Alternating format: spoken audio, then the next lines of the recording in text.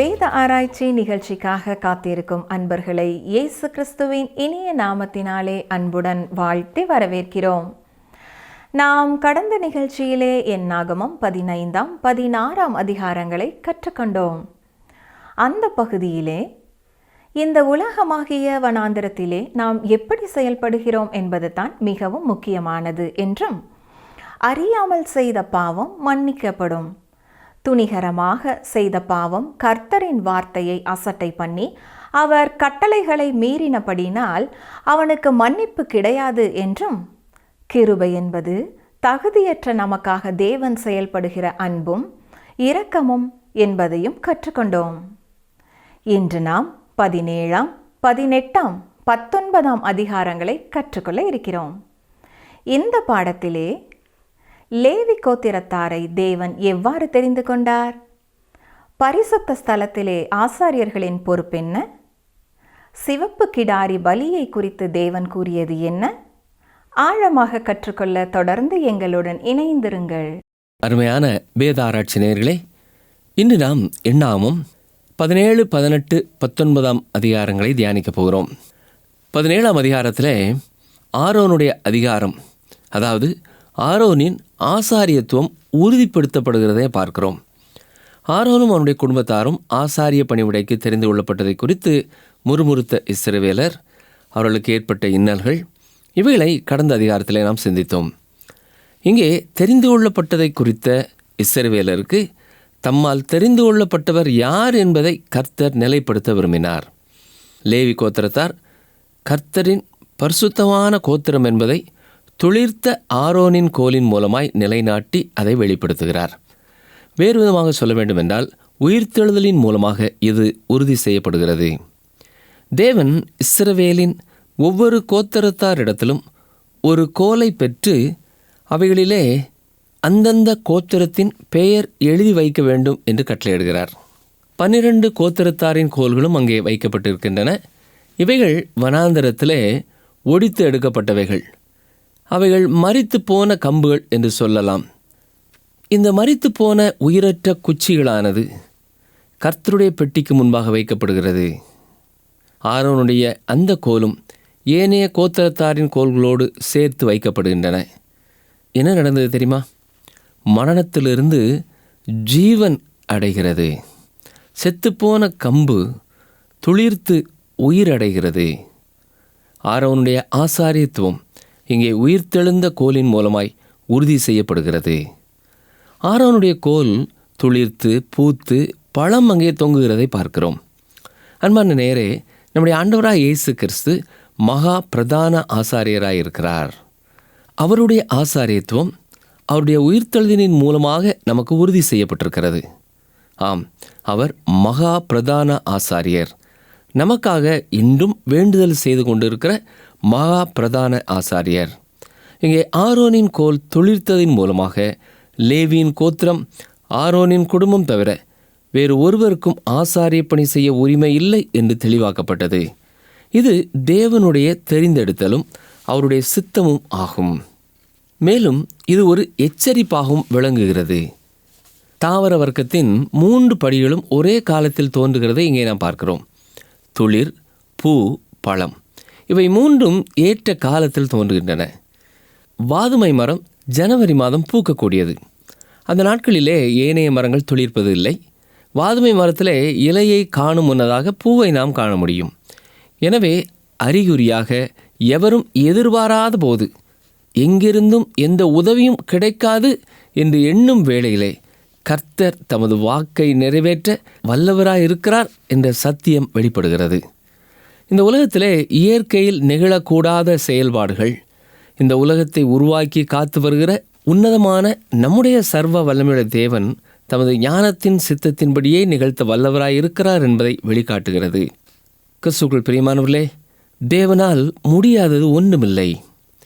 இங்கே ஆரோன் கர்த்தரால் ஆசாரியன் என்று அழைக்கப்படுகின்றான்.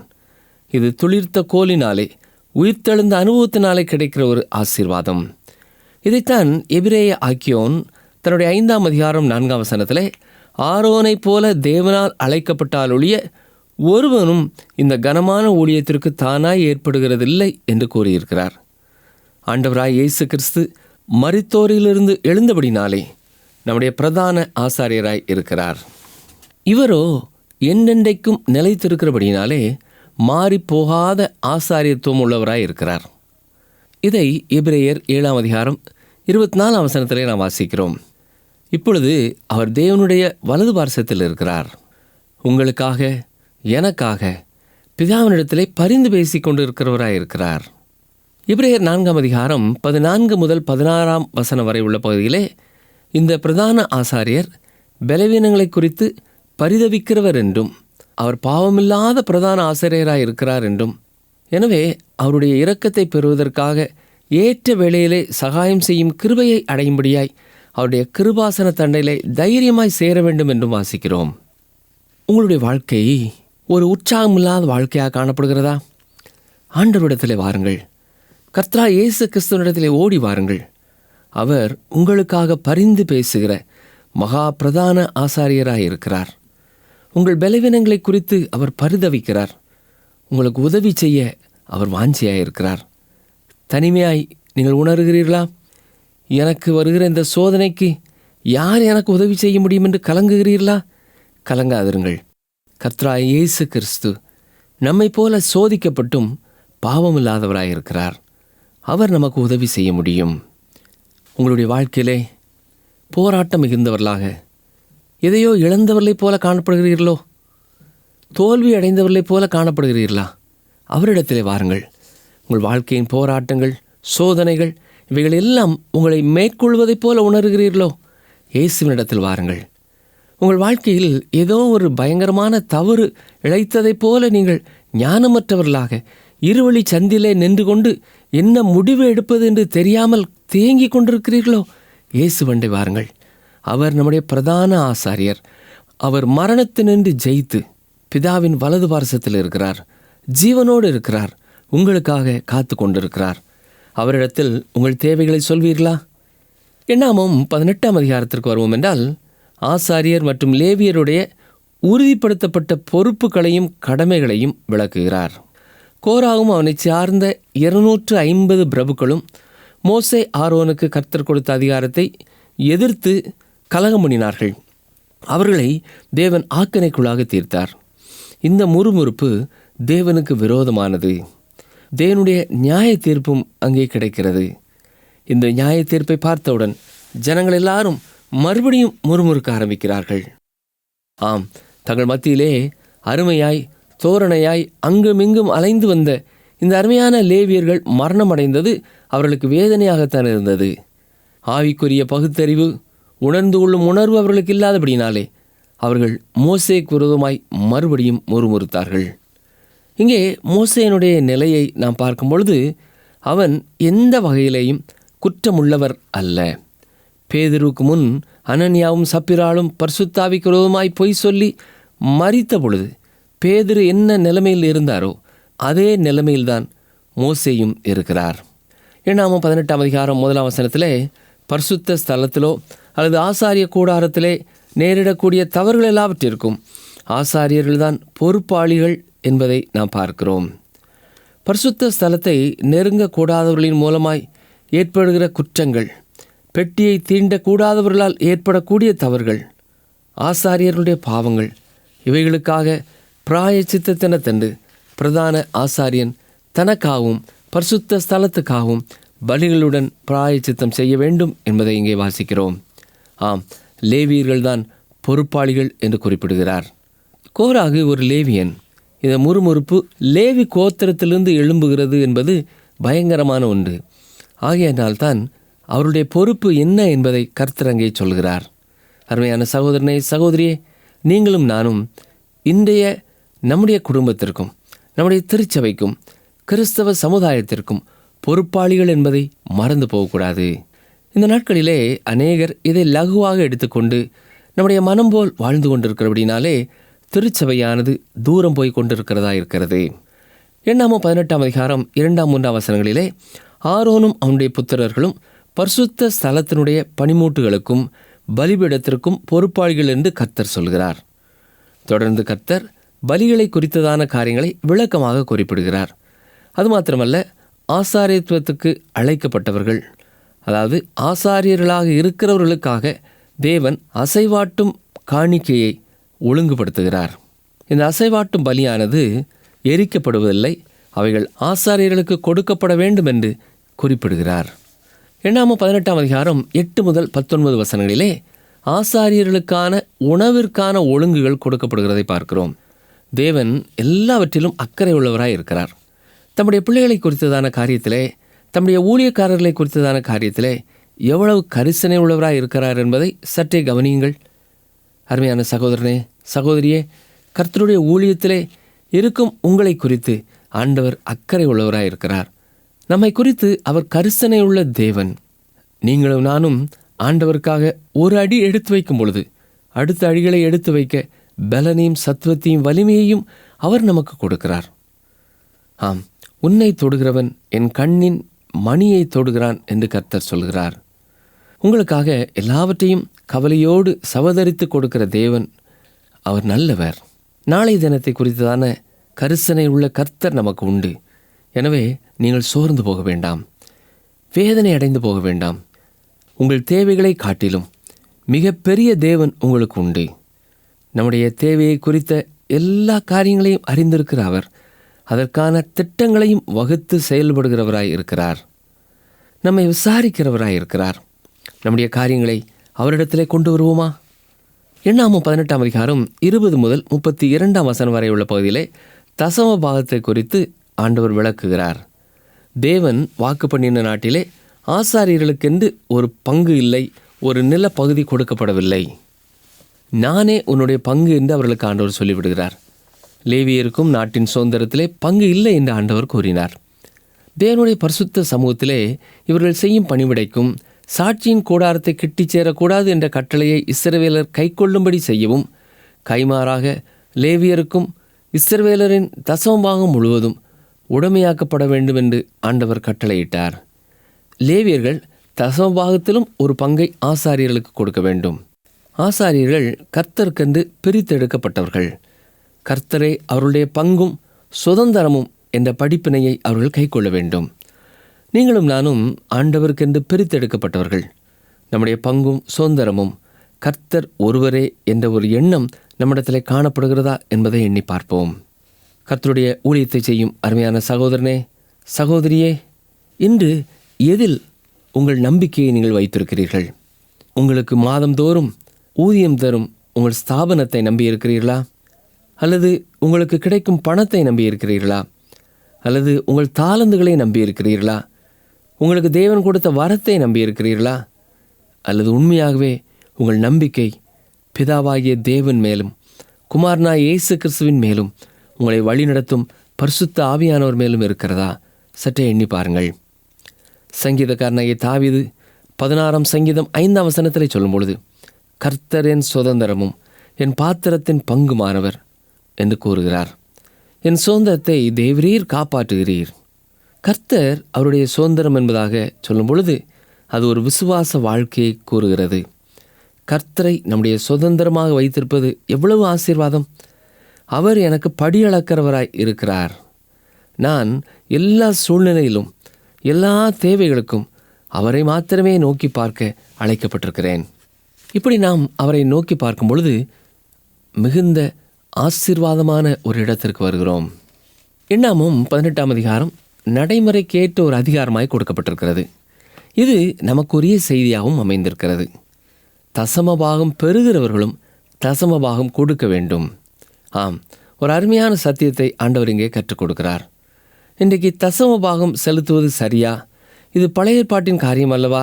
நாம் கண்டிப்பாக தசமபாகம் கொடுக்க வேண்டுமா என்றெல்லாம் பலவிதமான கேள்விகளை நாம் கேட்கிறோம். ஆண்டவர் வேதபாரகர் பரிசேயர் என்பவருடைய நீதியிலும் உங்களுடைய நீதி அதிகமாக இருக்க வேண்டும் என்றுதான் சொல்லியிருக்கிறார்.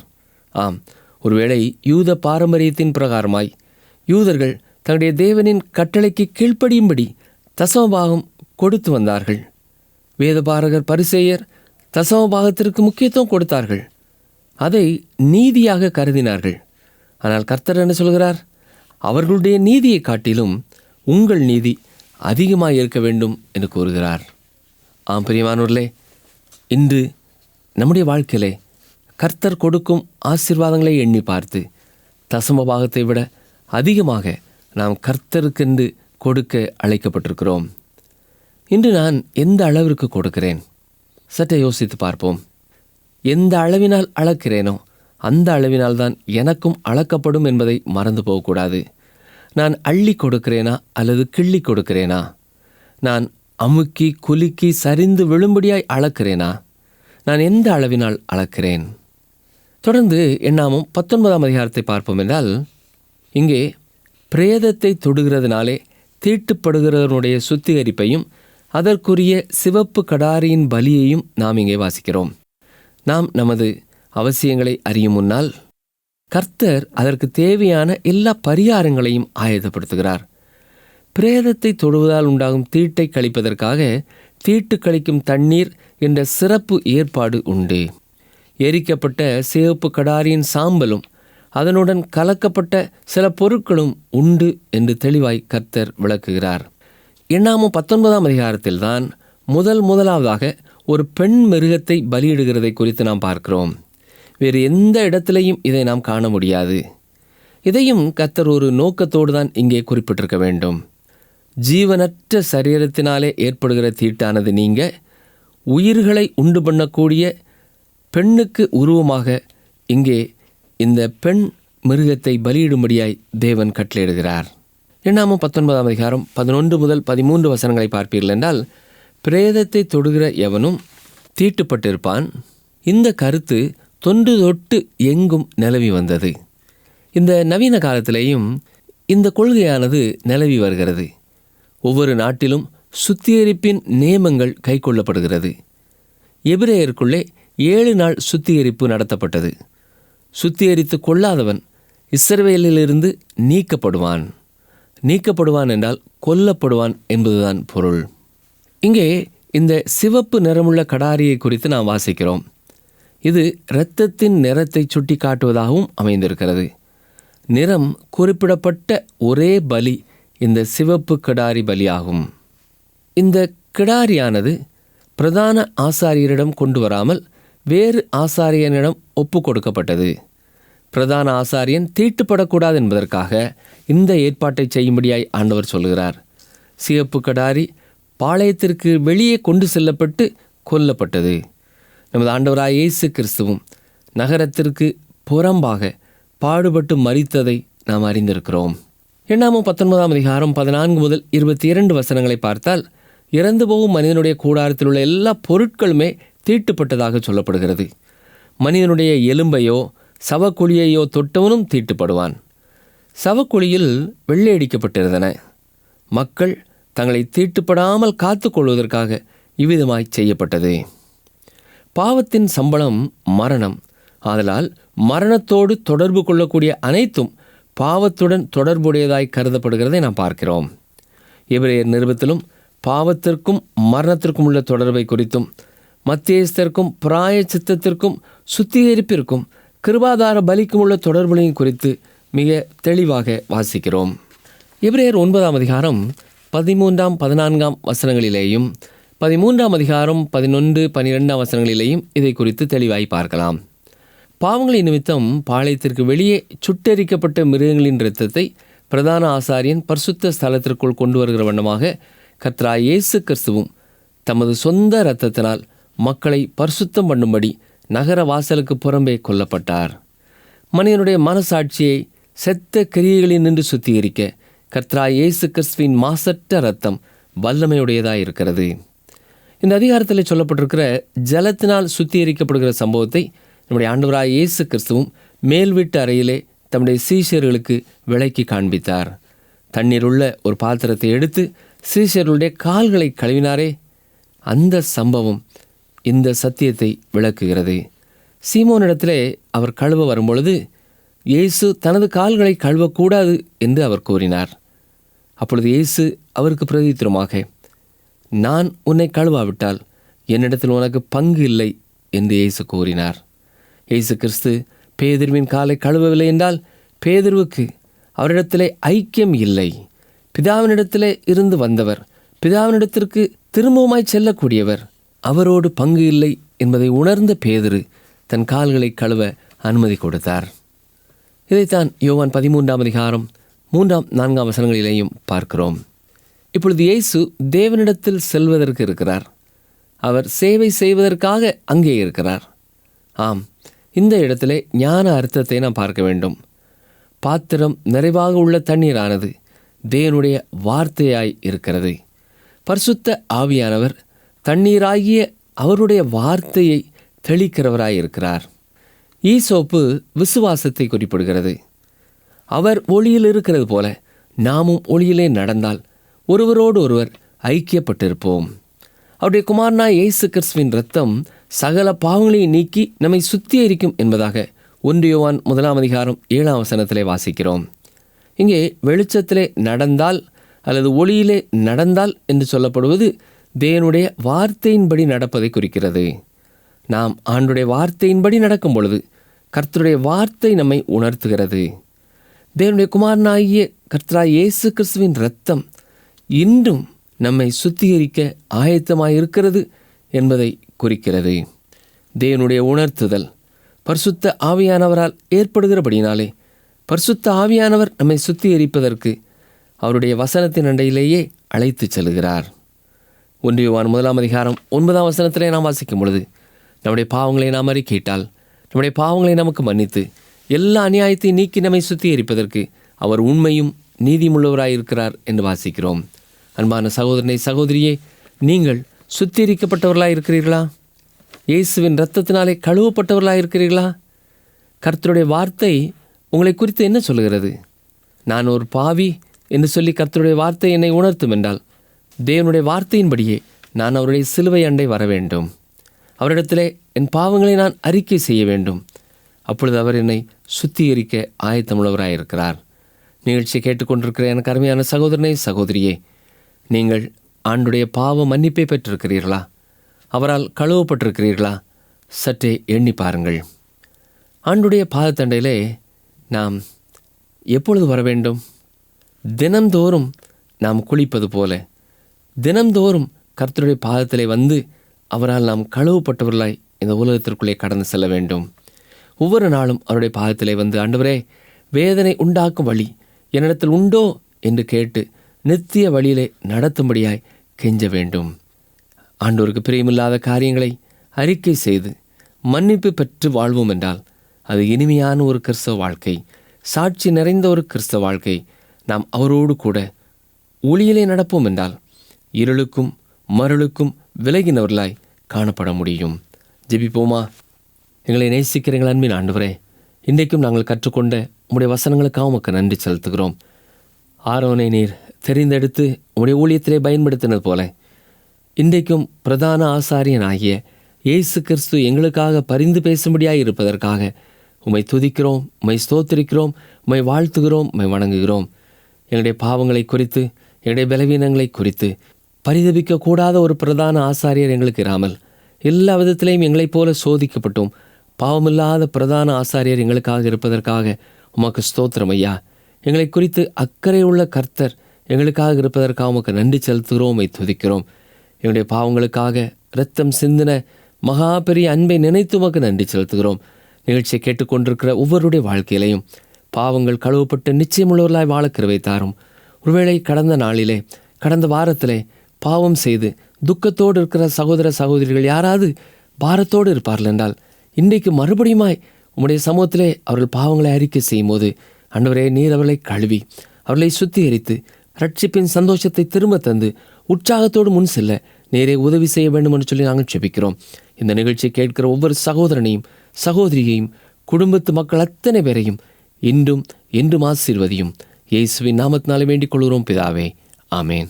அன்பர்களே, இந்த நாளிலும் நாம் கற்றுக்கொண்ட சத்தியங்கள் என்ன? ஆண்டவராகிய இயேசு கிறிஸ்துவின் ஆசாரியத்துவம் அவருடைய உயிர்த்தெழுதலின் மூலமாக நமக்கு உறுதி செய்யப்பட்டிருக்கிறது. நாம் இன்று நம்முடைய குடும்பத்திற்கும் சமுதாயத்திற்கும் திருச்சபைக்கும் பொறுப்பாளர்களாக இருக்கிறோம். கர்த்தருடைய ஊழியத்திலே இருக்கும் உங்களை குறித்து ஆண்டவர் அக்கறை உள்ளவராக இருக்கிறார். இன்று நாம் தசம பாகத்தை விட அதிகமாக கர்த்தருக்கென்று கொடுக்க அழைக்கப்பட்டிருக்கிறோம். மீண்டும் அடுத்த நிகழ்ச்சியிலே சந்திப்போம். கர்த்தர் உங்களை ஆசீர்வதிப்பாராக.